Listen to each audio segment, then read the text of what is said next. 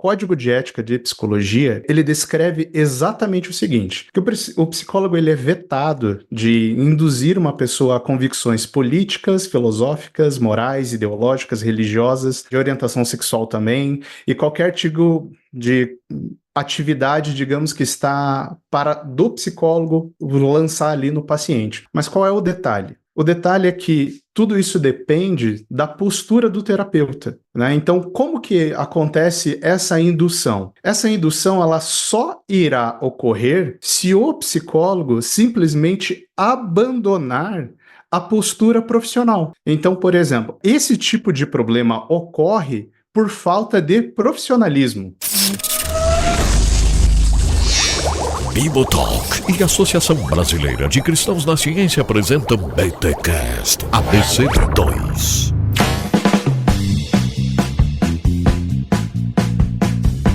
Muito bem. Começa mais um BTcast ABC2, o de número 69. Eu sou o Rodrigo Bibo e esse episódio tinha que ter outro tema, mas vamos lá, deixei no ar aí. Eu sou Bruno Mori Porreca e psicólogo não é pastor. Eita, e pastor é psicólogo? Também não.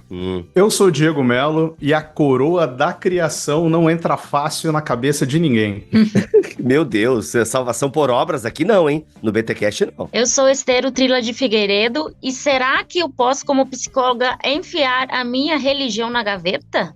E devo? Caraca, gente! Olha aí. Estamos aqui com 3 psicólogos. Aliás, alguém aqui é psicanalista ou não? Todo mundo psicólogo aqui. Sou eu. Psicanalista, Diego? Sim, mas eu sigo uma linha, né?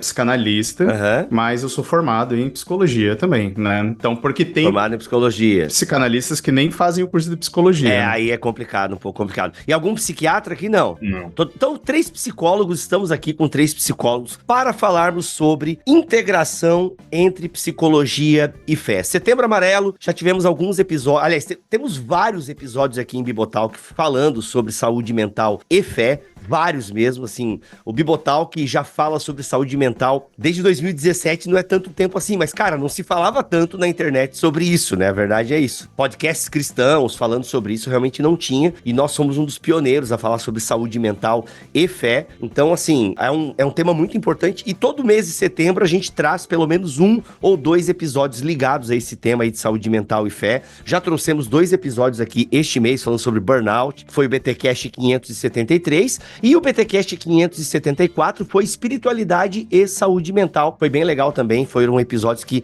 trataram um pouco dessa temática da psicologia, da fé, da espiritualidade, da saúde mental. E hoje a ABC2 está aqui com esse timaço de pessoas que já gravaram, já passaram por aqui no hall de BTcasts da Associação Brasileira de Cristãos na Ciência com o Bibotalk, falando sobre temas variados. E hoje vamos falar então sobre essa integração de psicologia e fé. Antes nós temos, é claro, os recados laboratoriais.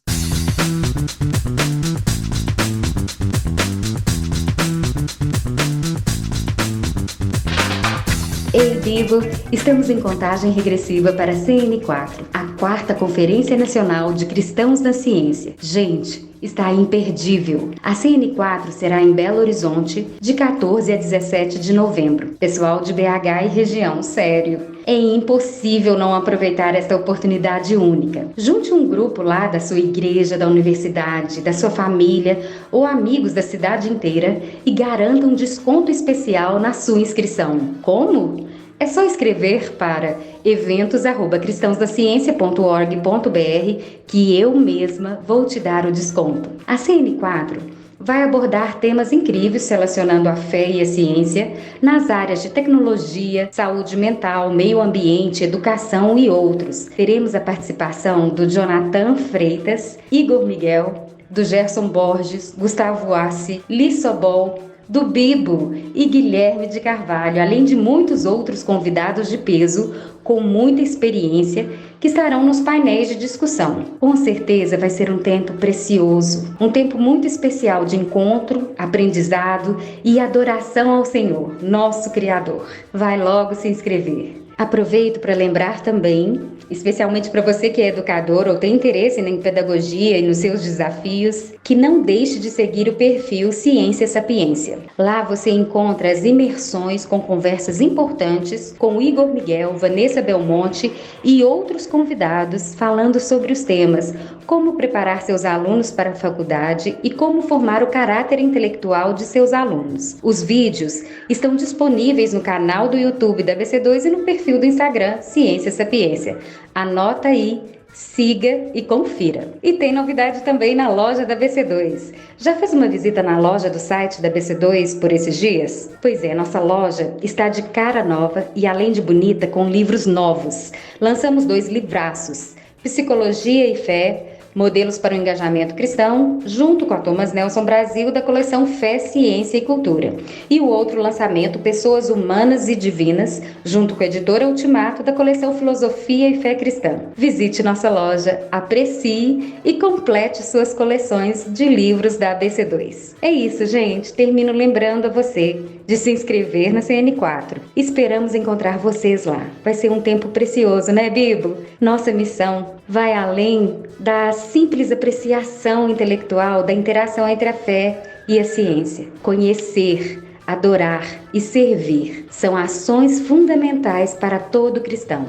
Só vem, inscreva-se agora mesmo.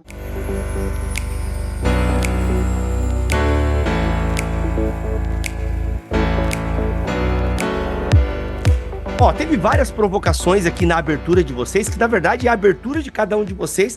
Eu já poderia evocar algumas perguntas aí, mas eu quero começar com a abertura da Esther, porque ela pega bastante o tema do que a gente vai tratar hoje aqui, que é esse lance dessa integração de fé cristã e psicologia, ou de fé, né, de forma geral, ou espiritualidade. Essa relação de espiritualidade com a psicologia, como é que ela anda hoje no Brasil? Vamos focar aqui no Brasil, que é o nosso território, porque assim, eu que sou de fora, parece que às vezes a espiritualidade, ela está de mãos dadas com a psicologia, com a medicina, né? A galera já tem estudado sobre a importância da psicologia, da espiritualidade para a saúde mental do paciente e tal. Parece que tem, assim, a espiritualidade de forma plana, de forma geral, está sendo discutida e até aceita para a melhora do paciente. Isso de acordo com os artigos que eu andei lendo aí. Também não sei se vocês concordam com o resultado desses artigos e tal. Mas quando fala, parece que em fé cristã, aí se acende uma luzinha vermelha nessa integração. Queria entender um pouco esse cenário, espiritualidades, fé cristã e o relacionamento com a psicologia no cenário brasileiro. Devo colocar a minha Bíblia na gaveta? Devo? Como é que a gente faz aí, gente? Vamos lá, vamos começar com essa perguntinha bem simples, bem básica, bem tranquila. Eu gostaria de falar 2 coisas. A primeira é que realmente tem muitos estudos nos últimos anos sobre a relação entre saúde e espiritualidade, especificamente saúde mental também. E sim, a maioria dos estudos vem desfechos positivos nessa relação. Só que a gente nunca pode falar de causalidade porque é algo muito mais complexo. Tem uma relação. Mas, ao mesmo tempo, também tem desfechos negativos. Quando as pessoas usam a sua fé, a sua religião, de uma maneira que pode prejudicar a sua saúde, que acontece muitas vezes com coping religioso negativo, que é quando a pessoa usa de maneira inadequada a sua religião, nesse sentido, também tem estudos que veem que pode ser um relacionamento mais negativo, né? Mas, por outro lado, o viés, a troca, o que acontece é que a gente já não fala mais da saúde, da religião do paciente. A gente está falando da religião do profissional. Aí que está BO, o problema ou a discussão. Porque se a gente vê a religião do paciente, eu posso e devo usar a religião do paciente para o benefício do paciente. Eu posso fazer isso. Eu entendo que nenhum organismo vai falar que não dá para fazer isso. Eu entendo, pelo menos desde a TCC, né? Que a minha linha, terapia cognitivo-comportamental, tem muitos estudos, né? Nesse sentido, de uma terapia cognitivo-comportamental ajustada à religiosidade do paciente. Mas e aí? e a minha. E eu já vou responder. Realmente, eu acho que precisa tomar muito cuidado. E que a maioria das vezes, no início, pelo menos, sim, tem que guardar na gaveta. E depois podemos continuar discutindo sobre isso. Mas já respondendo a minha própria pergunta. Me parece que a questão maior não é se a espiritualidade ou a religiosidade tem uma influência na saúde mental das pessoas. Eu acho que isso já é um consenso, tá? Pelo menos deveria. Agora, eu acho que a questão que pega é se eu, Bruno, sou um terapeuta, sou um psicólogo, e eu tenho uma determinada fé, eu sou cristão, como é que isso interfere ou não na forma como eu me relaciono com a psicologia? E como é que isso interfere ou não na forma como eu exerço minha prática terapêutica? Essa é a grande fonte de debates. Eu diria que é um fator bastante polêmico e divisivo, né? Porque eu falo, eu acho que os três aqui são clínicos, né? Os três atendem pessoas. Quando as pessoas procuram a gente, elas não procuram porque tá tudo bem, a vida tá uma maravilha, elas estão em paz, tá tudo bem com a sogra, casamento tá não, até porque tá uma desgraça, tá sofrendo, ela tá em estado de vulnerabilidade. Então, a gente como terapeuta, a gente tem uma posição de influência muito grande em alguém num momento muito de vulnerabilidade, né? E como é que a nossa fé interfere nisso, né? Como é que o meu cristianismo interfere, por exemplo, como é que eu lido com as abordagens teóricas, que é o desespero de todo estudante de psicologia, né? Como é que a minha fé interfere no exercício da prática clínica? Como é que a minha fé interfere na formulação diagnóstica? Né? Eu diria que são esses tipos de polêmica, assim, né? Eu sou um pouco mais otimista que a Esther, eu diria assim. Eu acho que a gente precisa, sim, ser criterioso, né?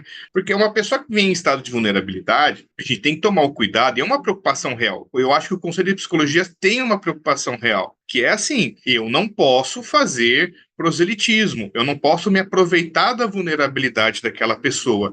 E o vínculo terapêutico, para quem não sabe, que é muito leigo em psicologia e psicoterapia, a terapia, ela depende de vínculo.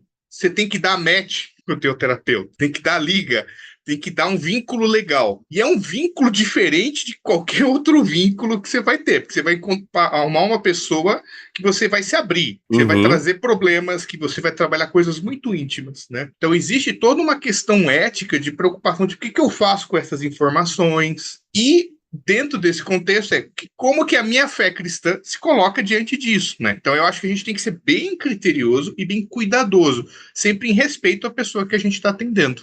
Bibo, tem uma coisa que eu acho que é interessantíssima, assim, que eu acho que vale a pena para eu poder somar aqui com a fala da Esther e do Bruno, mas, por exemplo, o Código de Ética de Psicologia, ele descreve exatamente o seguinte, que o psicólogo ele é vetado de induzir uma pessoa a convicções políticas, filosóficas, morais, ideológicas, religiosas, de orientação sexual também, e qualquer tipo de atividade, digamos, que está do psicólogo lançar ali no paciente. Mas qual é o detalhe? O detalhe é que tudo isso depende da postura do terapeuta, né? Então, como que acontece essa indução? Essa indução, ela só irá ocorrer se o psicólogo simplesmente abandonar a postura profissional. Então, por exemplo, esse tipo de problema ocorre por falta de profissionalismo, né? Então, aqui a gente também pode pensar no seguinte, que tem um outro problema por trás do pano, porque aqui a gente falou de religiões. Então, às vezes, assim, o crente, eu não sei se às vezes ele esquece, mas existem outras religiões no mundo, que não é só a visão cristã,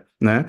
Mas qual que é o problema também? Às vezes a gente tem a impressão que o CRP também esquece disso, que dá a impressão que tudo é sempre focado, digamos assim, ao cristão, né?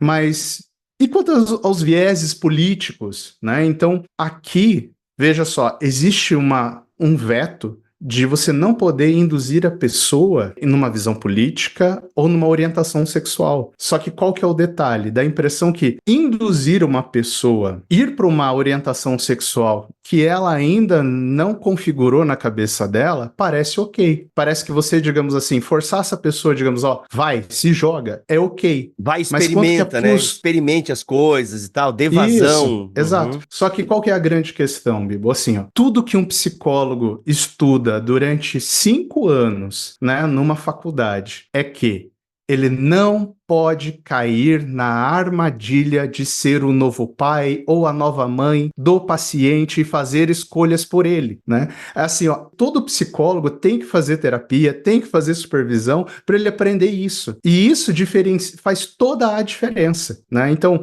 antes de, às vezes, falar da integração entre psicologia e religião, o psicólogo ele tinha que parar um instante e falar assim, poxa, será que eu minimamente estou fazendo o meu trabalho? Antes de eu colocar, né, mais alguma coisa aqui, será que eu minimamente estou fazendo o meu trabalho? Será que eu faço um bom trabalho de psicólogo? Ou será que eu estou sendo a mãe do meu paciente aqui? Ou o pai do meu paciente? Ou o pastor do meu paciente. Eita. Ou o pastor do meu paciente, que é o intuito da minha fala, que foi uma provocação mesmo. Pensei bem estrategicamente nela. Que é justamente o seguinte ponto. Não é que uma pessoa não possa ter os dois ofícios. Ele é psicólogo no consultório particular dele e exerce o ofício de pastor. É possível, conheço gente que faz isso. Mas são funções diferentes, com propósitos muito diferentes. Peraí, ô Bruno, vamos lá. Você fala, na minha cabeça de leigo, não parecem ser propósitos tão diferentes. Então, vamos lá, por que eu tô errado? Porque tu fala que são o propósito do pastor e o propósito do terapeuta são propósitos bem diferentes. Tu falou isso, entendi certo? Sim. E na minha cabeça de leigo, parece que o propósito dos dois é trazer um alívio para a pessoa, trazer uma pessoa se encontrar, achar um caminho, alguma coisa assim. Na minha cabeça, as coisas parecem estar próximas. Por que que tu diz que são propósitos diferentes? Como é que a gente entende isso? Da forma como eu entendo, da minha perspectiva pessoal, eu vejo que a psicologia é um serviço de saúde, tá? Então, assim, a gente atende gente, tá? Uma coisa que eu digo para alguns dos meus pacientes, a minha função com vocês é me tornar inútil. A minha função é que vocês não dependam de mim, né? Que vocês consigam viver a vida de vocês com as lutas que vocês têm e tal. Então, eu faria normalmente, tem psicólogo que não gosta dessa metáfora, mas um paralelo com a fisioterapia. Chega alguém com um machucado, com uma ferida, com uma lesão, e eu ajudo a reabilitar essa pessoa. E quando eu penso dessa forma, eu não sei se a Esther e o Diego pensam exatamente como eu, mas da forma como eu coloco, a psicologia, a psicoterapia especificamente, ela tem uma função mais circunscrita, tá? Vamos lidar com esse tipo de problemática, vamos lidar com esse tipo de questão, não é para ser a vida toda, tá? Agora, eu entendo que a função pastoral, que envolve a pregação da palavra, administração dos sacramentos, discipulado, embora ela tenha ressonâncias em alguns pontos, ela tem propostas diferentes, tá? Fazer confrontação de pecado, exortação para a vida da pessoa, de entrar na vida da pessoa que às vezes um psicólogo às vezes não tem, ou entra de formas diferentes, né? Eu não vou fazer visita na casa dos meus pacientes como um pastor faz visita pastoral. E a terapia, por exemplo, assim, eu vejo principalmente quando se liga com essas questões mais morais, que eu vejo que é o que pega no pessoal, assim. Eu já vi gente trazer para mim assim, não, mas a terapia é uma formação moral. Não é bem isso. A minha função como terapeuta é ver como aquela pessoa funciona, quais são as coisas que ela pensa, as coisas que ela acredita, as coisas que ela dá sentido para a vida dela, para ajudá-la a organizá-la para ela poder viver de um modo melhor, tá? Só que eu trabalho isso a partir da perspectiva dela. Então, o que ela pressupõe que é melhor para a vida dela e como isso encaixa em como ela vive. O pastor pode ser bem mais diretivo aqui. Falei, cara, isso que você está vivendo aí não tem nada a ver com a palavra de Deus, né? É pecado. Eu vejo que são propostas diferentes, né? E eu vejo que às vezes o que acontece muito, Bibo, minha impressão, quando o pastor fica terapeuta demais, ele perde a pegada pastoral de confronto, de discipulado, de disciplina, ou de chamado à vida espiritual, sabe? E se um psicólogo fica pastorzão demais, ele perde o olhar clínico para dizer assim, cara, esse comportamento que essa pessoa está tendo pode ser reflexo de tais crenças ou de tal outra coisa aqui que está sendo mobilizada, então ele está tendo isso de outra função. Eu não disse que as duas áreas não têm ressonância, eu acho que tem alguns pontinhos de contato. Então tem pastor que faz psicologia só para complementar a sua compreensão, mas eu acho que elas vão para direções muito diferentes. Uma coisa que eu vou dizer bem real, assim, eu acho que se os pastores fizessem bem o trabalho deles, a gente psicólogo teria menos trabalho. Meu Deus. Porque eu acho que as pessoas... tem aquele ditado antigo, o confessionário vazio, divã cheio. É um ditado antigo, né?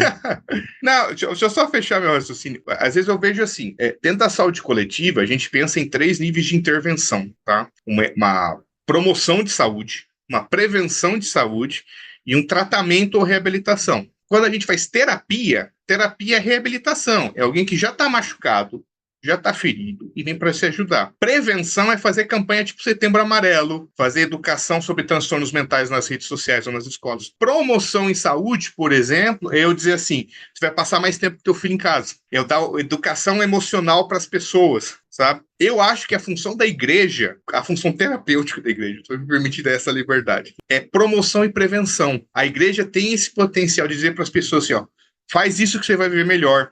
Ó, gente, isso aqui são transtornos mentais, vamos ter consciência sobre isso. Ó, gente, isso aqui é um problema. Ó, vamos viver assim que a nossa vida vai ser melhor. Eu acho que nesse ponto a igreja ajuda muito, tá? Agora, quando trata de tratamento, a questão entre tratamento e reabilitação, eu acho que tem coisas que é mais da nossa área, sabe, de psico, assim. Ô Bibo, também tem uma coisa que eu acho interessante, que é assim, ó, eu acho que as pessoas elas precisam, né, entender, então veja como o Bruno estava falando, existe uma certa diferença na atuação, né, do pastor e do psicólogo. Então a gente pode até pensar no seguinte, existe uma diferença entre aconselhamento bíblico, né, entre psicoterapia, em análise, né, então a psicanálise ela é mais focada nessa questão da análise, e eu até colocaria nos tempos de hoje, existe uma diferença entre a pessoa fazer coaching, né, então são coisas completamente diferentes. Eu acho, por exemplo, que o trabalho do pastor, eu vou falar desse jeito, mas assim, eu acho que o trabalho do pastor é muito mais difícil do que o do psicólogo. Por quê? Porque o psicólogo, ele tem toda uma técnica, ele tem um espaço de atuação, ele tem um momento e ele tem um contrato, né? O pastor, ele querendo ou não, ele vai até, digamos assim, ó, se envolver um pouco mais, ele vai até a casa da pessoa, a pessoa liga para ele de madrugada, né? Ele se dispõe, então o pastor é aquele cara que de manhã tá num velório e à noite ele tá, digamos, num casamento, fazendo um casamento, então o coração do pastor acaba sendo uma coisa meio elástica, né? Ele tem que trabalhar muito isso. O psicólogo, ele tem todo um treinamento para ele atender um paciente, esse paciente sair, ele atender o próximo e ele terminar o dia dele cuidando da própria história dele, né? Ou seja, não levando o problema do paciente para casa. Né, a gente tem algumas questões assim que são importantes, né? Então, na psicanálise, por exemplo, diferente do que o Bruno falou, que às vezes a psicanálise ela não tem o intuito de necessariamente promover saúde, mas ela tem o intuito de fazer com que aquele paciente se conheça até o limite da curiosidade dele, né? Então é uma questão de ele estudar a si mesmo, ou seja, promovendo essa autoanálise. Agora, por exemplo, se um pastor ele acabar tentando fazer isso, ele vai fugir muito do foco dele e vai deixar, digamos assim, de falar coisas bem diretas. Então, eu acho que aqui, né, o ponto, eu achei extremamente válida, que ele fala sobre, tá, então, e o que aconteceria se a gente criasse uma psicologia cristã? Será que a gente não acabaria criando uma coisa só pra gente? Né? Opa, legal. Ou será que, digamos, também isso não é o chamado para alguns, né? Então, como é que faz para decidir isso? Né? Olha só. E na verdade eu cometi um erro aqui como host, porque, enfim, fiquei empolgado com os temas e provocações da abertura de vocês, mas esse BTcast da BC2 está aqui para falar do livro Integrando Psicologia e Fé, Modelos para um Engajamento Cristão, da coleção Fé, Ciência e Cultura, da Thomas Nelson Brasil, com a ABC2, Associação Brasileira de Cristãos da Ciência, e é do livro do Paul Moyes e do Blake, ou da Blake. Agora ficou a dúvida, hein? E aí, Esther? É o Blake. Blake. Não lembro bem como se pronuncia, mas ele é um homem que eu estive conversando com ele outro dia, inclusive. E outra curiosidade, o Paul Moyes, ele pesquisou junto com o Malcolm Gibbs, que é o autor de Mente, Cérebro de Almas e Deuses. Olha aí. Entendi. Ele é professor de Psicologia e Religião e também é professor de Neurociência Comportamental, mas ele também pesquisou junto com o Malcolm Gibbs. Legal. Então, o Paul Moyes e o Blake Hick, eles têm esse livro aí, Integrando Psicologia e Fé, Modelos para o Engajamento Cristão, da Thomas Nelson, com a ABC2, galera. É um lançamento, saiu esse ano esse livro aí, e a gente tá aqui para promover também esse livro aí para vocês que são da área ou querem conhecer um pouco mais esse engajamento, e até nossa discussão ver um pouco isso, porque lá é diferente daqui também, né? Então, como é que a gente até traz a discussão desse livro para a realidade brasileira, né?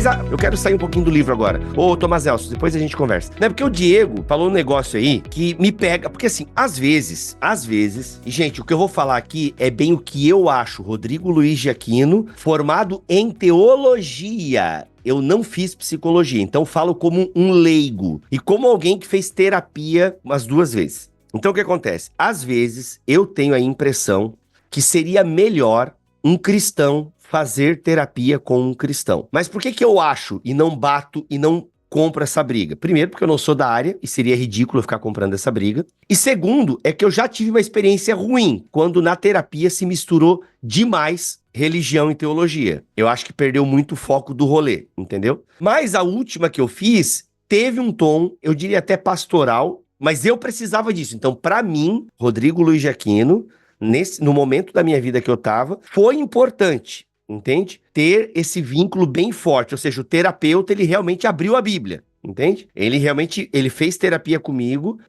eu diria até que teve nuances de aconselhamento pastoral, por assim dizer, só que ele era uma pessoa totalmente preparada também nas questões terapêuticas e da área de vocês e tudo mais. Mas eu diria assim, que às vezes, cara, me parece que seria bom cristãos fazerem terapia com cristãos, mas eu só acho que, eu não sei se seria bom mesmo. Será que seria bom o cristão fazer terapia só com cristão? O que vocês pensam disso? Enfim... Fala aí, Esther. Eu vou retomar a fala do Diego. Boa. Que o primeiro ponto é, eu estou sendo profissional naquilo que eu faço? Eu acho. Então, eu entendo que se um profissional está sendo profissional, não tem problema eu, como cristã, né, acudir a esse profissional. Por quê? Eu vou te falar da minha experiência como paciente. A minha psicóloga, ela não é cristã. E em nenhum momento eu me senti não à vontade com ela, mesmo que 70% das questões que eu trago, porque eu sou muito envolvida com a igreja, tem a ver com a minha religião, tá? Então, o que eu quero dizer com isso? Eu acho que no princípio não tem problema. Mas eu também entendo quando o paciente vem para mim e ele se sente mais à vontade, porque mesmo que isso não seja tratado na terapia, obviamente, de uma maneira direta, mas eles sabem que eu sou cristã. Eu entendo também isso.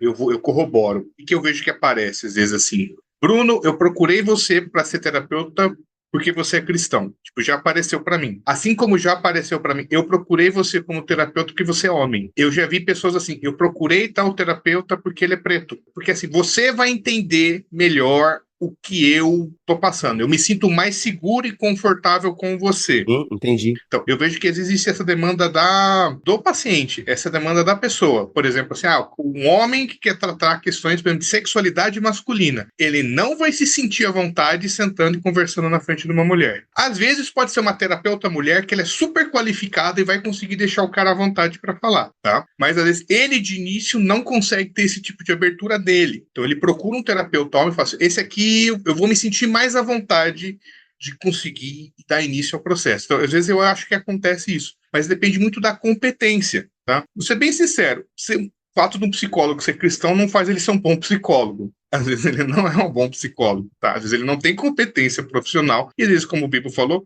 ele mistura demais. Mas ele pode ser cristão e ser um excelente terapeuta. Você lembra quando eu falei que o trabalho do psicólogo é não cair na armadilha de ser o pai ou a mãe, né, do paciente, ou como o Bruno falou, o pastor? Porque o que acontece? É muito arriscado. Então, eu vou pegar um pouco da tua fala. Igual você disse assim, foi bom pra mim. Mas numa posição de quem é terapeuta, de quem é psicólogo, eu não sei se o que foi bom pra você, veja, entenda bem o que eu vou dizer, era o que deveria ter acontecido num setting terapêutico. Porque talvez você tenha saído de lá com a cabeça, cara, isso aqui foi bom pra mim. Mas porque isso convergiu com um monte de coisas. Mas talvez se você saísse profundamente angustiado, ou assim, na faculdade de psicologia, todo professor fala assim, se o teu paciente sair falando assim, eu te amo, eu achei maravilhoso, nossa, foi uma delícia, fiquei muito mais leve, alguma coisa de errado você fez. Por quê? Porque assim, você confortou essa pessoa e às vezes ela precisa ser questionada, confrontada, né?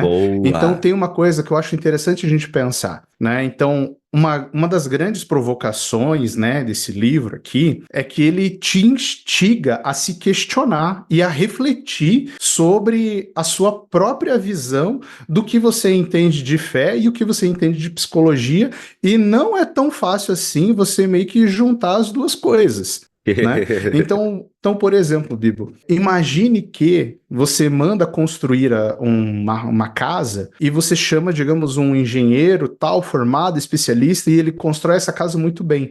Mas para passar toda a fiação elétrica, você chama o seu José, que, tipo, fez uns 2 cursos pela internet e passa a fiação na tua casa e depois explode tudo, né? Então, ou seja, às vezes uma pessoa tem um conhecimento muito amplo e profundo sobre uma das áreas, mas a outra área, ela não tem clareza, ela não tem, digamos assim, uma boa noção.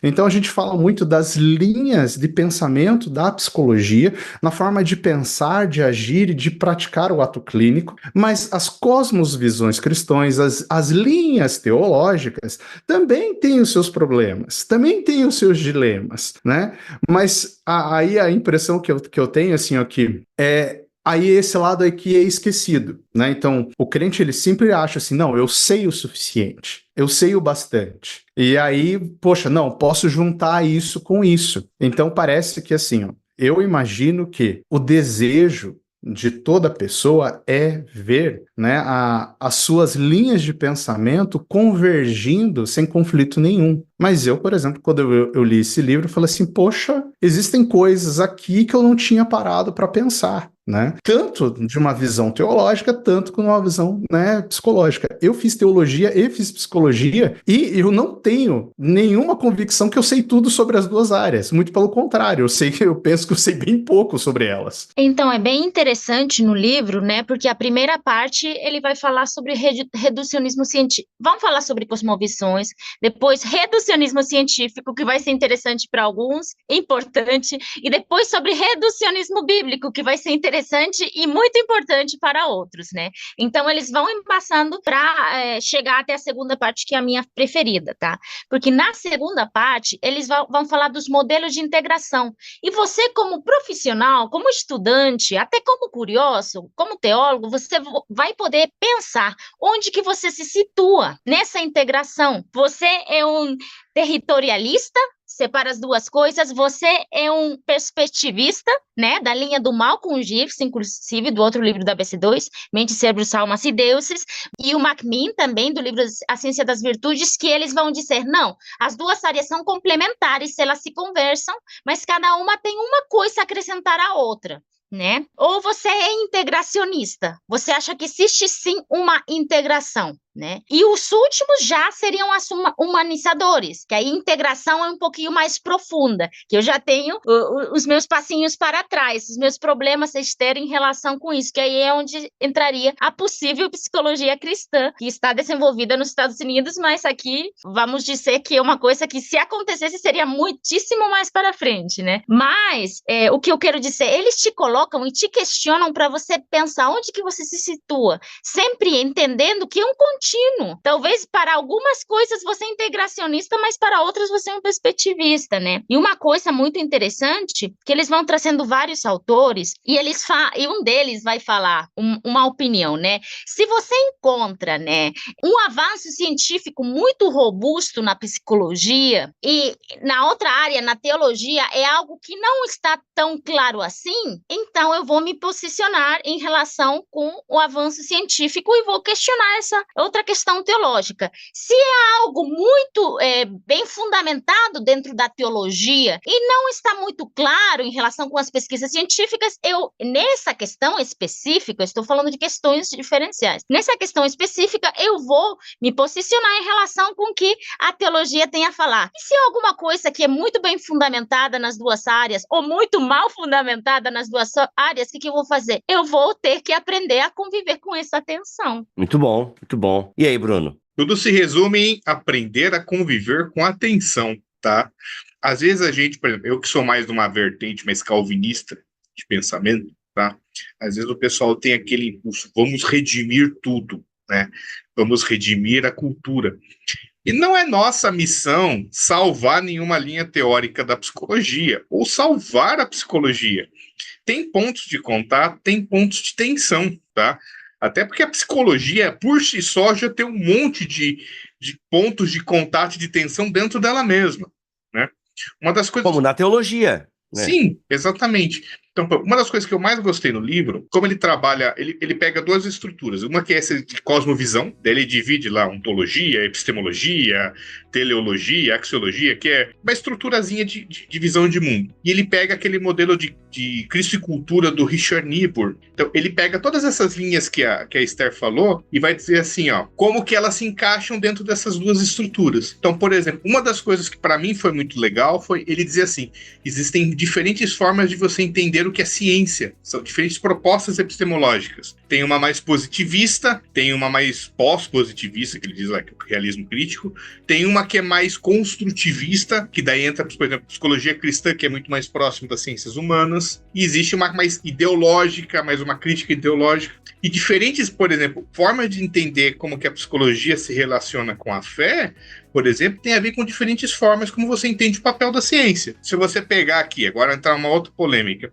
reducionismo bíblico, que é o aconselhamento noutético ou aconselhamento bíblico do Jay Adams, né? Basicamente é esse movimento, tá? É uma visão muito específica do que é ciência e de qual papel a ciência tem ou não a desempenhar dentro da psicologia e dentro da psicoterapia. Então, por exemplo, se você pegar o próprio Jay Adams, que ele cita no livro, o Jay Adams não tinha problema nenhum em ler pesquisas de psicologia, por exemplo, sobre o cérebro, sobre o sono. Mas ele não aceitava nada que envolvesse psicoterapia. É uma visão, se dá para dizer assim, dualista. Aspectos do corpo ficam com a ciência.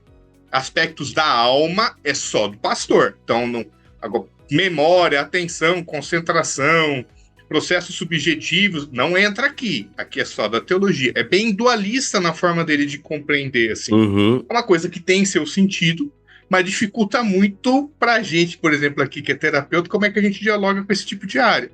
Mas você entendendo isso, você entende assim, ó, é daqui que esses caras estão partindo. Até pra eu saber aonde que eu tô no meio de todo esse grupo aí.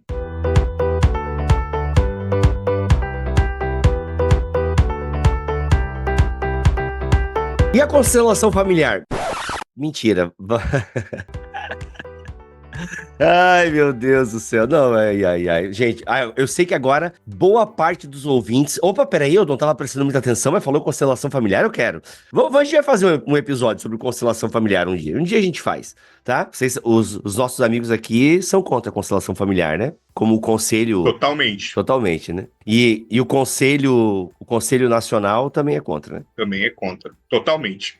Mas aí que tá, né? Aí alguém pode dizer assim, mas o Conselho Nacional também é contra essa integração de fé e ciência que vocês estão falando aí também. E por isso que, inclusive, vocês estão correndo risco aí gravando esse podcast. Bibo, eu acho que só uma coisa que é interessante falar sobre constelação familiar, coaching, é porque, por exemplo, nessas teorias, que elas não são consideradas como participantes da psicologia, veja, o coaching, né, ele não tem um órgão regulador, ou seja, o método que ele cria, ou seja, a maneira como ele vai, por exemplo, aplicar ali ao cliente dele e tudo mais, não tem alguém que faça uma revisão disso, né? Então, não tem uma análise teórica, uma análise mais crítica, se aquilo que está sendo, digamos, aplicado, de fato, traz ali, digamos ali, alguma promoção de saúde ou ajude realmente a pessoa. Então a coisa ela se amplia de uma forma bem grande e basicamente não tem ninguém que verifica. Então simplesmente vai indo, né? Ou seja, a maneira deles verificarem se está dando certo ou não é mediante público, né? Então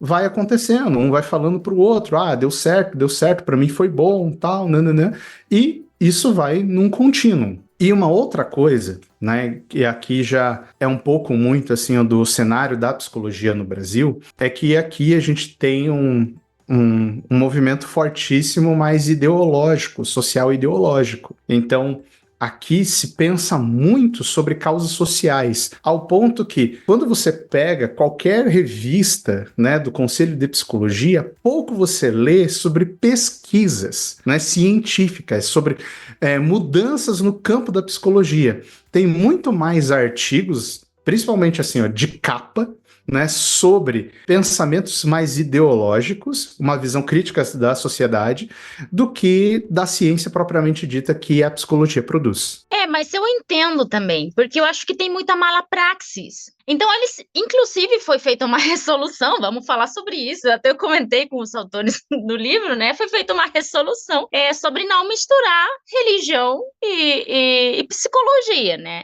Mas o que acontece? Que é feita muito mala praxis. Entendo que eles têm que ficar de olho. Agora, tem certas coisas que são inviáveis, porque como você mesmo comentou, Rodrigo, já tem muita pesquisa na área sobre o relacionamento entre religião e psicologia. Inclusive, este livro, na verdade, ele é um livro escrito por pesquisadores, tá? O Rick, ele pesquisa sobre psicologia do perdão, né, que é bem interessante, né? Então, é feito por pesquisadores. Então, eles deixam, né, aí as dicas e os autores para você se aprofundar mais em relação com aquilo que você entende que é a sua posição. Mas eles não vão falar sobre a psicologia clínica. Então, é algo que... Primeiro, é diferente nos Estados Unidos, é diferente aqui no Brasil, os organismos reguladores são diferentes e o jeito como as pessoas fazem as coisas, né, também são diferentes. Então, eu entendo que tenha que ter certo tipo de cuidado. Até que ponto, isso é outra coisa, né? Mas tem que ter certo cuidado por parte dos organismos, né, para não misturar demais, né? Porque como o Diego falou, às vezes até pode ser interessante para o paciente, mas não é isso que um psicólogo faz. Eu acho que a grande confusão, assim, a gente tem toda a questão da preocupação clínica aqui, tá? Eu acho que isso é um ponto comum entre nós aqui. Eu acho que a grande briga do pessoal é que parece que tem publicamente uma forma meio complicada como as instituições oficiais lidam com o cristianismo de uma maneira particular. Tá? Eu entendo isso porque o cristianismo é, em tese, a religião dominante do Brasil, ou do Ocidente. Tá? Agora, por exemplo, assim, a gente já viu, por exemplo, evento do Conselho Federal de Psicologia e Cannabis, que chamaram um pajé para fazer uma sessão de pagelança com cannabis. Olha aí, a galera ficou toda aérea. Né? Então assim... Cara, porque assim, existe um movimento dentro da psicologia, dentro das universidades aqui, por exemplo, no sentido de integrar práticas tradicionais. Já tem pesquisa sobre psicodélico, o uso de ayahuasca na psicoterapia, psilocibina, cogumelo e tal. Gente. É interessante, tem gente que gosta, tá? Tem pesquisas até sobre isso, mas assim, por que faz o pai, sei lá, o cara lá fazendo a pagelança com cannabis e não faz do lado um espaço de prática da oração? Exato. De um lado a cannabis, do outro lado Cassiane. Olha aí, ó. Sou super a favor. Olha aí. Então, é mais nesse sentido, assim, se fosse para integrar mesmo e ver as potencialidades disso, poderia ser mais abrangente. Por exemplo, dentro da psicoterapia, uma das coisas que está meio na moda hoje é uma coisa chamada mindfulness. Tá? Mindfulness é uma forma tecnicizada e secularizada de meditação budista. E tem muitas pesquisas sobre efeitos benéficos. A gente tem TDAH, gente que tem dificuldade de regulação de humor e tal. A Esther mencionou a psicologia do perdão. Nos Estados Unidos, já tem os caras que criam protocolos ou estratégias para você trabalhar perdão dentro do processo psicoterapêutico. Para alguns grupos aqui dentro do Brasil, isso é completamente inviável. Não, isso é colonialismo, né? Alguma coisa assim. Só que é uma prática que muita gente tem interesse e que é de acordo com os valores delas. Por que não participar? Por que não integrar? Entendi. Pois é, gente. Olha só, são muitas coisas, muitos pontos, mas eu quero abrir aqui o microfone agora para uma palavra final de vocês, de cada um de vocês, sobre esse tema, sobre o livro, sobre o que vocês quiserem. Se quiser só falar assim, vai todo mundo fazer terapia, porque quanto mais gente fazendo terapia, é melhor para todo mundo, não é? Porque tem até aquela piada que eu faço terapia por causa de pessoas que não fazem terapia. Ai, meu Deus do céu. E sobre eu lembrei uma hora que o Diego estava falando também sobre o que o professor dele estava falando, eu acompanho um influencer chamado Franklin Medrado, e é muito engraçado que ele, toda vez que ele tá indo pra terapia, ele fala, hoje ela vai ver, hoje, e aí ele depois grava um stories, ela me arrebentou e tal, cara, ele até gravou fez até uma sketch sobre isso, né? Que ele sempre sai achando que vai sair vitorioso e sai de lá arrebentado e tal. Ele brinca muito. Deve ter um pouco de exagero, obviamente, né? Porque ele é um artista, mas é muito legal, assim, ele falando que hoje ela vai ver. E aí ele brinca assim, cara, eu não tenho nada pra falar hoje. Hoje vai ser uma terapia tranquila e tal. De repente ele fala, gente, não sei o que, nem imaginava e tal. E é bem legal que ele é um influencer, né? E é um cara com muitos seguidores e tem falado da importância de se fazer terapia e tal, enfim. E é muito legal que ele é um cara que aparentemente não... Pô, mas por que esse cara faz terapia, né? Tipo, normalizando essa ideia que você não precisa estar no fundo do poço, arrebentado, esculhambado pra poder ir fazer terapia, né? Muito bom. Mas é isso aí. Vamos lá, Esther. Sua palavra final sobre o livro, sobre o tema, sobre o que você quiser. Vou ler algumas partes que eu destaquei que mexeram comigo, só para deixar algumas pessoas desconfortáveis se quererem ver o que mais tem no livro. Os integracionistas destacam a importância dessas escrituras e da teologia na orientação e na formação da psicologia, mas essa confiança parte do pressuposto de que eles sabem exatamente o que as escrituras e a teologia afirmam sobre determinada questão. Eita! Aí o autor questiona, não o do livro, outro autor. Eles são bem neutros. Será que o integracionismo não deixa de avaliar até que ponto a interpretação bíblica é uma atividade humana que passou por mudanças ao longo do tempo? Essa entra até aquela questão da cosmovisão cristã, né?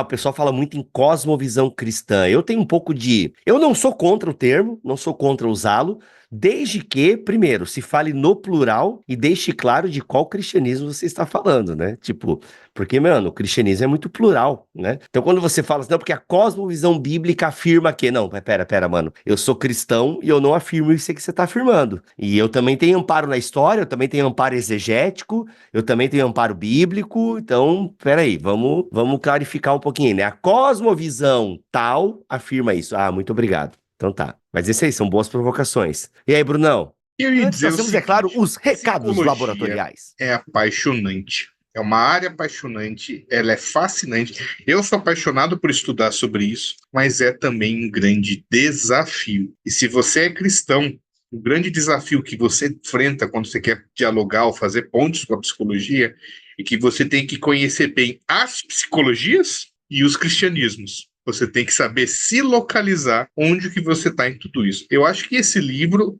é uma das... Eu acho que talvez dê para pensar em mais. Eu não acho que... não acredito que seria um livro só. Mas, assim, ele é uma grande fonte para te ajudar a se orientar onde você está no meio disso tudo. Boa. Olha aí. Vai lá, Diego. Olha, como palavra final, eu gostaria de até reforçar um pouco sobre aquilo que eu falei no começo. Eu acho que extremamente importante para psicólogos, no momento em que ele está exercendo o ato ali, ele lembrar que ele é um profissional. Aqui nós sabemos que existe um certo mito sobre a neutralidade absoluta, né? Então, você é um ser humano, você tem a sua fé, você tem os seus princípios, você tem os seus valores, mas você não pode simplesmente jogar todo o arcabouço da psicologia e fazer uma troca ali para um aconselhamento pastoral durante o ato da psicoterapia. Da mesma forma, para você que é pastor, para você que é seminarista, cuidado se no teu momento de aconselhamento pastoral, ao invés de você falar aquela verdade que confronta o pecado, como o Bruno, né, mencionou, você acaba não deixando isso para um outro momento. E veja, você não tem um contrato com aquela pessoa, você não sabe se ela vai voltar, então você tem que confrontá-la ali naquele momento. E uma coisa, ela é muito importante. Você, psicólogo, você fez terapia, você estuda bem a sua linha, você conhece os detalhes da sua técnica,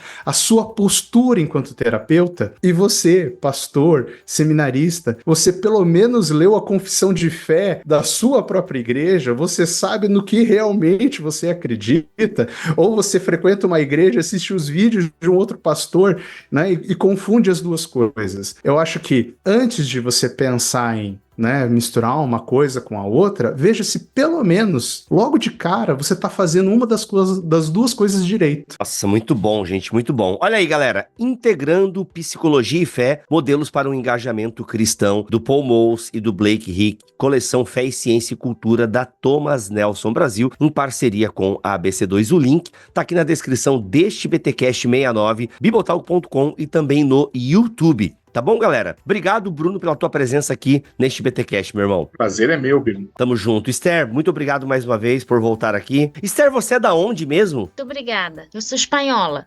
Espanhola. E tá aqui no Brasil há quanto tempo? 10 anos já. 10 anos. Casada com brasileiro? Casada com brasileiro, filhos brasileiros, mãe brasileira. Ah, é? Olha aí. Vó carioca, avô baiano. Olha aí, pronto. Tudo mistura. É mais brasileira que eu, olha aí.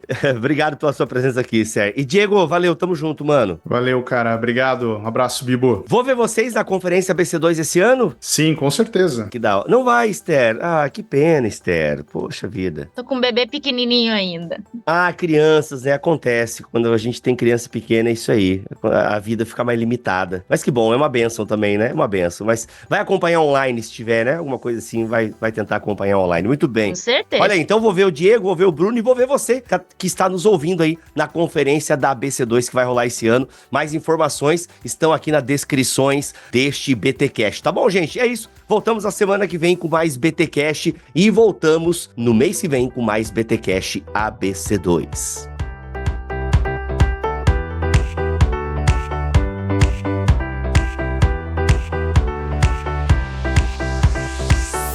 Este podcast foi editado por Bibotalk Produções.